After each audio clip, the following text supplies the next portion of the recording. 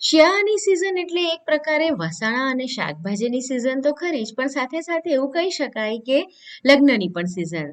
તો લગ્નની અંદર જ્યારે તમે જાઓ ને તો આ રીતની તમે લીલી પેટીસ ખાધી હશે, જેને ઘણી બધી જગ્યાએ હરાભરા કબાબના નામથી પણ ઓળખવામાં આવે છે. તો આજે આપણે આ લીલી પેટીસ ઘરે તૈયાર કરવાના છે, ખૂબ જ સરળ રીતે.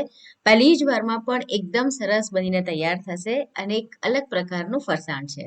હલો ફ્રેન્ડ્સ, હું છું હેતલ. કિચન ક્રાફ્ટમાં તમારા બધાનું હાર્દિક સ્વાગત છે. તો ચલો આજની મજેદાર રેસીપી બનાવવાનું શરૂ કરીએ.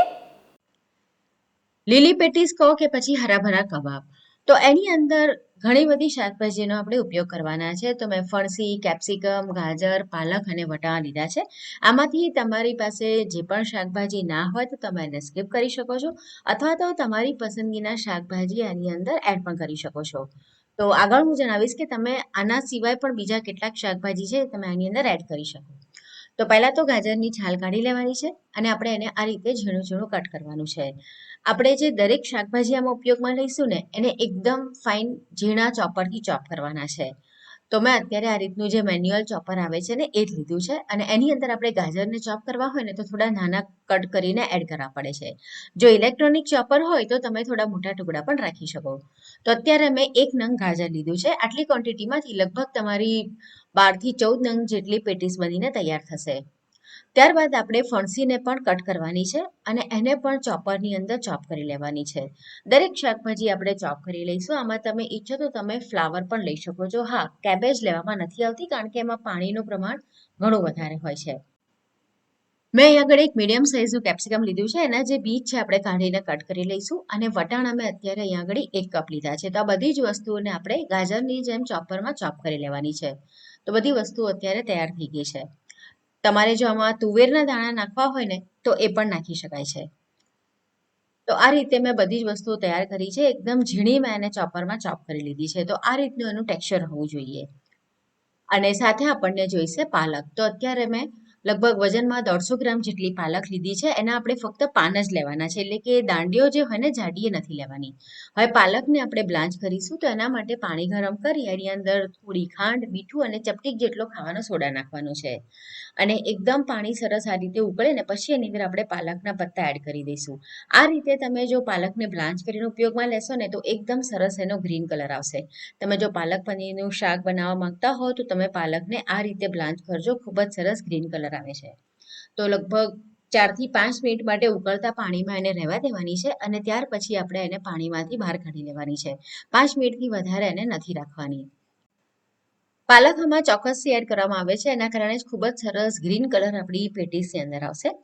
ગરમ પાણીમાંથી આપણે એને પછી તરત જ એકદમ ઠંડા બરફના ચિલ્ડ પાણીની અંદર રાખવાની છે. તો 5 મિનિટ માટે એને ગરમ પાણીમાં ઉકાળવાની અને પછી તરત જ 5 મિનિટ એને ઠંડા પાણીમાં રાખવાની, એટલે એની જે કુકિંગ પ્રોસેસ હોય ને એ અટકી જાય. તો 5 મિનિટ થઈ જાય ને પછી આપણે પાલકને ઠંડા પાણીમાંથી બહાર કાઢી લેવાની છે અને એકદમ સરસ નીચોઈ લેવાની, જેમાં પાણી બિલકુલ જ ના રહેવું જોઈએ, મોઇશ્ચર ના રહેવું જોઈએ. નહીંતર શું થશે કે આપણી જે પેટીસ છે ને એની અંદર આપણે બાઇન્ડિંગ માટે જે પણ વસ્તુ આગળ એડ કરવાના છે એ વધારે નાખવી પડશે.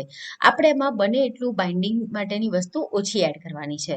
તો પાલકને એકદમ સરસ નીચોવી લઈએ પછી ચપ્પુથી આ રીતે એકદમ ઝીણી ઝીણી એને કટ કરી લેવાની છે. ચોપરમાં એને ચોપ નહીં કરી શકાય કારણ કે આપણા જે પત્તા છે ને પાન એકદમ જ નરમ આ રીતના થઈ ગયા છે, તો ચોપરની જે બ્લેડ હોય ને એમાં ફસાઈ જશે. તો ચપ્પુથી જ આપણે એને એકદમ ઝીણા કટ કરી લઈશું. ત્યાર પછી જાડા તળાવાળું આવું કોઈ પણ પેન લઈ લેવાનું છે. તમે નોનસ્ટિક લઈ શકો. એમાં આપણે 1.5 ટેબલસ્પૂન તેલ ગરમ કરીશું અને 1 ટીસ્પૂન હળદર નાખીશું. હળદર નાખવાથી એકદમ જ સરસ ગ્રીન કલર રહેશે આપણે જે પણ વસ્તુઓ એડ કરવાના છે. બહાર લગ્ન પ્રસંગમાં કે પછી તમે રેસ્ટોરન્ટમાં જ્યારે આ પેટીસ ખાઓ છો ને કે હરાભરા કબાબ, તમે જે પણ એને કહો એ ખાઓ છો ત્યારે એની અંદર ગ્રીન કલર એડ કરવામાં આવતો હોય છે. પણ આજે આપણે ઘરે તૈયાર કરીએ છીએ તો કોઈ પણ પ્રકારનો એની અંદર આર્ટિફિશિયલ કલર એડ નથી કરવાના. તો વટાણાની સાથે આપણે ફણસી અને ગાજરને પણ એડ કરી દઈશું. આ ત્રણેય વસ્તુને ચડવામાં થોડો વધારે સમય લાગે છે. મિક્સ કરી લેવાનું છે અને પછી સ્લો ફ્લેમ પર ઢાંકણ ઢાંકી અને આપણે એને રહેવા દઈશું. આપણે એને એકદમ જ ઝીણું કરી લીધું છે એટલે 5 થી 7 મિનિટની અંદર આ ત્રણેય વસ્તુઓ એકદમ સરસ રીતે ચડી જશે. તમારે જો આની અંદર ફ્લાવર નાખવું હોય તો એ પણ તમારે આ સમય પર જ એની અંદર એડ કરી દેવાનું છે અને વચ્ચે વચ્ચે એને હલાવતા રહેવાનું. તો ટોટલ અત્યારે 5 થી 7 મિનિટ જેટલો સમય થયો છે અને ત્રણેય વસ્તુઓ એકદમ સરસ રીતે તૈયાર થઈ ગઈ છે. તો હવે એની અંદર આપણે કેપ્સિકમ જે હતા ને એ ઉમેરી દેવાના છે. કેપ્સિકમ આપણે છેલ્લે એડ કરવાના છે. અને તમે જોઈ શકો છો કે મેં દરેકનું જે ટેક્સચર છે ને એ કેટલું એકદમ જ ઝીણું રાખ્યું છે. સાથે આપણે પાલકને પણ એડ કરી દઈશું અને આદુ મરચાં લસણની પેસ્ટ ઉમેરવાની છે. તમે જો લસણ ના ખાતા હો તો તમે લસણને સ્કીપ કરી શકો છો. અને જેટલી તીખાશ જોઈએ એ પ્રમાણે તમારે લીલા મરચાં લેવાના. મેં અત્યારે લાલ મરચાંનો ઉપયોગ બિલકુલ જ નથી કર્યો કારણ કે આપણને ગ્રીન કલર જોઈએ છે એટલે. તો મરચાં લસણ અને આદુ છે ને એને પણ આપણે થોડી વાર માટે સાંતળવા દઈશું. સાથે સાથે પાલક પણ આપણે બ્લાન્ચ કરેલી છે તો એને પણ થોડી વાર સાંતળી લઈશું. મીઠું ઉમેરવાનું છે સ્વાદ મુજબનું. તો અત્યારે મેં 1/4 ટીસ્પૂન જેટલું મીઠું નાખ્યું છે. અડધીથી પોણી ટીસ્પૂન મેં અહીંયા આગળ ગરમ મસાલો નાખ્યો છે. 1/2 ટીસ્પૂન આમચૂર પાવડર, 1/2 ટીસ્પૂન મરી પાવડર અને મેં થોડી અહીંયા ખાંડ નાખી છે, લગભગ 1/2 ટીસ્પૂન જેટલી, જેથી બધો જ જે સ્વાદ છે ને એ બેલેન્સ થઈ જાય. મિક્સ કરી અને થોડી વાર માટે રહેવા દેવાનું એટલે બધા જ મસાલા જે છે એકબીજાની સાથે સરસ રીતે મિક્સ થઈ જાય. તો 2 થી 3 મિનિટ પછી આપણું જે સ્ટફિંગ છે એ તૈયાર થઈ ગયું છે અને આ રીતનું એકદમ જ ડ્રાય હોવું જોઈએ, મોઇશ્ચર ના હોવું જોઈએ. જો મોઇશ્ચર હશે ને તો શું થશે કે એની અંદર આપણે બાઇન્ડિંગ માટે જે પણ વસ્તુ એડ કરવાના છે એ વધારે નાખવી પડશે.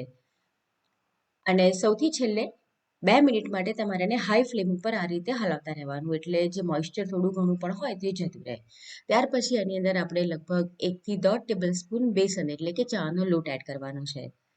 જેનાથી થોડું ઘણું પણ જો મોઇશ્ચર રહ્યું હશે ને તે જતું રહેશે અને એકદમ સરસ એની અંદર બાઇન્ડિંગ આવશે. તો ચણાનો લોટ અત્યારે મેં અહીંયા કાચો જ લીધો છે. બધી વસ્તુઓ ગરમ છે તો એકદમ સરસ રીતે શેકાઈ પણ જશે. તો 1 થી 2 મિનિટ રહેવા દેવાનું અને ત્યાર પછી આ સ્ટફિંગને આપણે એક પ્લેટમાં કાઢી ઠંડુ કરવાનું છે.